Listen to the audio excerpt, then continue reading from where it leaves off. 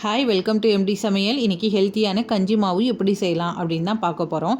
அதுக்கு நான் என்ன பண்ணியிருக்கேன்னா, கருப்பு உளுந்து 250 கிராம் எடுத்திருக்கேன், கேழ்வரகு ஒரு 250 கிராம் எடுத்திருக்கேன், திணை, பார்லி, சாப்பாட்டு அரிசி அது எல்லாமே சேர்த்து ஒரு 250 கிராம் போல் எடுத்திருக்கேன்.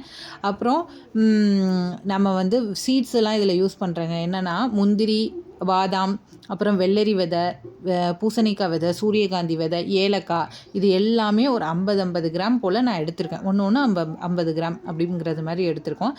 கேழ்வரகு, இந்த உளுந்து, திணை, பார்லி, அப்புறம் அரிசி, சாப்பாட்டு அரிசி இதெல்லாம் நாளே நான் கழுவி காய வச்சுட்டேன். இன்றைக்கி இதை வறுத்து எடுத்துக்கிறேன். அப்போ தான் கொஞ்சம் மொறுன்னு இருக்கும். அப்போ அரைக்கிறப்ப நல்லா ஈஸியாக வரும் அப்படிங்கிறதுனால இது எல்லாத்தையுமே தனித்தனியாக நம்ம வறுத்துட்ருக்கோம். இந்த பாருங்கள், முந்திரி, பாதாமையும் தனியாக வறுத்துக்கோங்க. இதில் இருக்கிற சீட்ஸ் எல்லாத்தையுமே தனித்தனியாக வறுத்துக்கோங்க. அதில் இந்த முந்திரி, பாதாம், ஏலக்காய், பூசணிக்காய் விதை, வெள்ளரிக்காய் விதை, சூரியகாந்தி விதை எல்லாத்தையும் வறுத்தெடுத்ததுக்கப்புறம் தனித்தனியாக ஒன்றுத்தையும் அரைச்சி வச்சுருக்கேன்.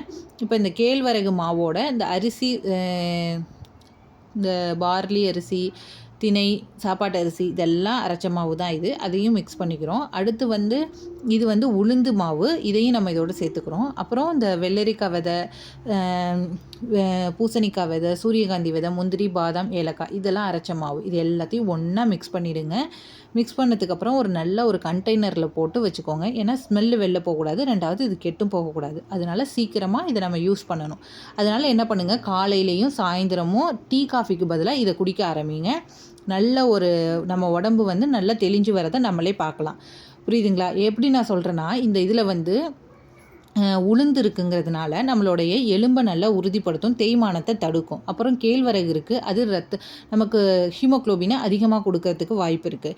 ரெண்டாவது திணை, பார்லியெல்லாம் ஃபைபர் கண்டென்ட் இருக்குது, அது கொலஸ்ட்ரால், கெட்ட கொலஸ்ட்ராலை எடுத்துரும். இந்த சீட்ஸ் வகைகள்லாம் என்ன பண்ணுன்னா, நம்ம உடம்புல இருக்கிற சூட்டையெல்லாம் குறைச்சி நமக்கு குளிர்ச்சி தரத்துக்கு உதவும். ஏன்னா இதில் calcium, phosphorus, vitamin E, anti accident, இது ஃபைபர் இதெல்லாம் இருக்கிறதுனால ரொம்ப ரொம்ப நல்லதுங்க.